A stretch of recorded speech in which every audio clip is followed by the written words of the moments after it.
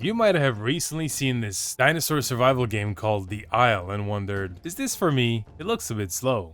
Would it really be fun? Everybody seems to be having a good time, but what's drawing people in? Alright, well here's my take on this since it's officially my new fixation. Now, I've always had a passion for survival games and have easily lost track of time while diving into games like Project Zomboid, DayZ, or Scum. My Steam library is basically overflowing with survival games, each one offering its own unique challenges and adventures. But I have to say, I've never played one that feels more raw and intense as The Isle. In this game, you don't build any cozy bases or craft tools or weapons. Also, forget about foraging for supplies or managing storage space. Instead, you dive into a prehistoric jungle where you either become the hunter or the hunted, surviving as a dinosaur. Whether you're stomping around as a big carnivore or trying to avoid becoming a meal as a small herbivore, every moment is filled with tension. But first, let's talk about development. The Isle is still in early access, and it has been for many years now. It first hit Steam back in late 2015 right alongside other Dino early access games like Ark Survival Evolved, The Hunter Primal, or Primal Carnage. Back then, most Dino games were all about humans fighting or taming dinosaurs. But that trend seems to have pretty much faded away. A lot of those older games aren't even available on Steam anymore. Now, The Isle also originally planned to give players control of human characters, and it might still happen, but that never really occurred because of the game's really slow development cycle. Call it luck, or whatever you want to call it, because unlike many of those other games that have since died out, The Isle carved out its own niche. Okay, now let's talk about Legacy and Evrima, because I've heard so many instances where players watch a video or a stream of a cool crocodile in game, but then they download it only to discover that the crocodile isn't even one of the species you can select. And that's because when you install the game on Steam, you're first presented with the Legacy version, also known as the stable version. But while it may be stable, it feels pretty much outdated, offering older maps and mechanics, but with a wider variety of dinosaurs, which could be fun to explore. What you've probably seen out there is Evrima. Evrima is the version that's being actively developed and where most players hang out. You'll see many players and plenty servers, both official and community ones. Just remember, you need to choose this one in the game's properties on Steam under betas. The mechanics like nutrition or migration zones are way better balanced than in Legacy. So if you want the full experience and to immerse yourself to the Isle community, Evrima is the way to go. This version is also constantly evolving with new features and improvements. Still, with a pretty slow dev cycle, but it gets new dinos every now and again and changes to balance stuff out. I don't understand why the developers still have Legacy set as the default for new players. It can be quite a surprise to see colorful graphics and exciting new species in a video or stream and then jump into Legacy version where none of that exists. The visuals of Evrima's gateway map are vibrant and dynamic, and it looks fantastic when played on high graphics settings. As you're traveling through the world, you'll see thick jungles, wooded plains, clear waters, and some really impressive rock formations that create breathtaking landscapes. The foliage even has some physics to it, moving around when touched by other dino players or other animals. And on top of all that, there are changing weather effects with some really nice lighting that help the island feel real. Now, sometimes the shadows can be funky, shifting as if the sun is moving in steps, but it mostly occurs when playing on lower settings. Remember, it's still early access and the game isn't greatly optimized, so if you're using a lower end rig, you might not be able to run it at the highest graphics setting.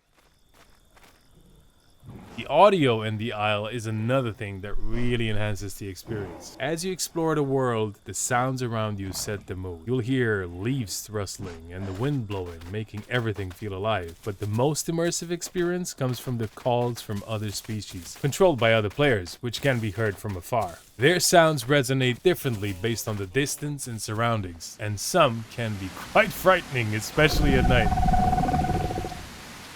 Each dinosaur has unique sounds, which help you tell them apart and give you important gameplay clues about how far away they are and what they might be doing.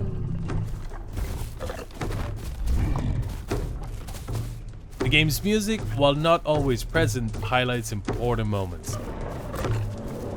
It adds excitement during chases or brings calm during peaceful times. Overall, the visuals and audio in the Isle are a big part of what makes the game so special. They do more than just look and sound good. They draw you in and make you feel like you're really part of that world. The gameplay is pretty straightforward. You spawn in as a herbivore, carnivore, or omnivore, and your goal is to survive and grow stronger while looking for food, like plants, fruits, or prey, while also keeping an eye on your hydration levels. But it's not that easy. You need to be alert and dodge predators lurking around every corner. Each species has specific dietary needs which directly impacts your growth, stamina, and overall health. You'll need to navigate the environment to find or hunt the right food sources. The better the diet, the stronger the dinosaur you control, and the faster you grow to adult. This dynamic ecosystem encourages players to adjust their plans based on the needs of their chosen dinosaur. You can also customize your dino with different mutations as you play. You'll choose 3 of these mutations at different stages. Once as a juvenile, again when you hit sub-adult, and finally as an adult. The smaller hexagons, they're inherited from your parents. And yeah, you heard me right. You can actually hatch from an egg as a little one and join the pack that way. Pretty cool, right? Now, you might be thinking, so I just spawn in, eat, drink, grow, and that's it? And it's true, the gameplay can feel a bit slow at times, but when a fight breaks out, the excitement really kicks in and it becomes super addictive. Plus, the way different species interact, like competing for food or hunting one another, is what makes it so engaging. Things can escalate pretty quickly because everyone is just trying to get by in the same situation. And if you meet an ultimate end, guess what? You start over, from scratch. There's no save system or multiple characters like in other games. This means no one can log in with a super strong dino to ruin your day just because they're having a bad one. Each player has just one life, so the pressure is on. The stakes are high, making every moment stressful, but really fun. It can even feel a little bit like a horror game when a pack of carnivores surrounds you. And drinking water? Don't even get me started on that. You'll feel so anxious drinking in any river or pond because crocs could be lurking just beneath the surface. You kidding me? Well, what the fuck? In the Isle, you kind of create your own adventure. It's mostly a survival game, but it's also super social. Every dinosaur you meet is another player, so you're never really alone. The only non-player characters are little animals and critters that you can hunt for food as you grow up. While you're trying to survive, you can either join forces with other dino packs or take them on in a showdown. It's totally up to you. There's no rules saying you have to be nice to your own kind. What's amusing is that there is no voice chat because, well, you're a dinosaur. So you rely on one of the 4 calls your species can make, whether it's a friendly chirp or an aggressive roar. If you're with other dinos of the same type, you can also use a local text chat. But be careful, your dino makes noise every time you type. You might attract some hungry predators while chatting away with your buddies. The grouping system is pretty cool too. Each species has a limit on how many can join the group depending on the size and playstyle. When you team up, you see your fellow players' names, but if someone strays too far, their name will disappear, and it'll only reappear if they use one of the calls. This adds a fun twist for players who like to play in packs while keeping some distance from one another to cover more ground. Now, there's a huge variety of dinosaurs and each one offers a unique gameplay style. Some can inflict bleeding damage while others excel at bouncing, some focus on venom attacks or can cause fractures with their powerful strikes. What's cool is that no 2 dinosaurs are the same, which keeps things fresh every time you play.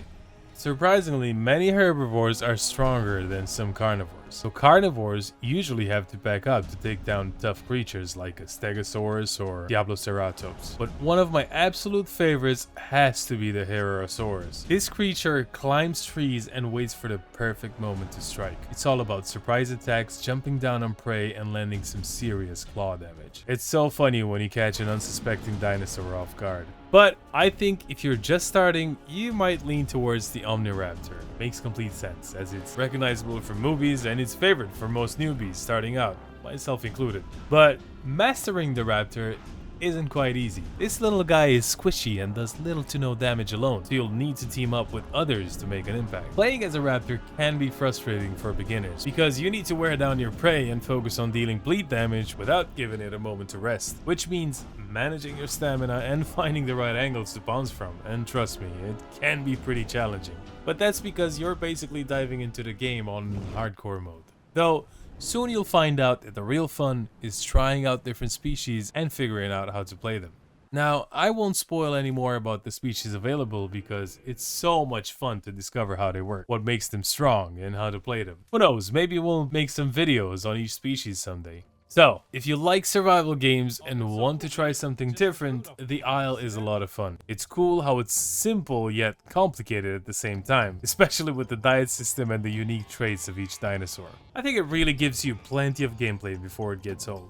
So jump in and give surviving as a dinosaur a go. Thank you so much for watching, and if you've enjoyed the video, don't forget to hit that like and subscribe button. What do you think about the Isle? Have you played it? Let me know your thoughts in the comments below. If you want to chat with me or other members of the community, or even play a few games together, be sure to join my Discord server. Or you can also drop by my Twitch live streams. I usually stream 4 days a week, and the Isle's been taking over lately. I can't wait to hang out with you all. Thanks again, and have a great day.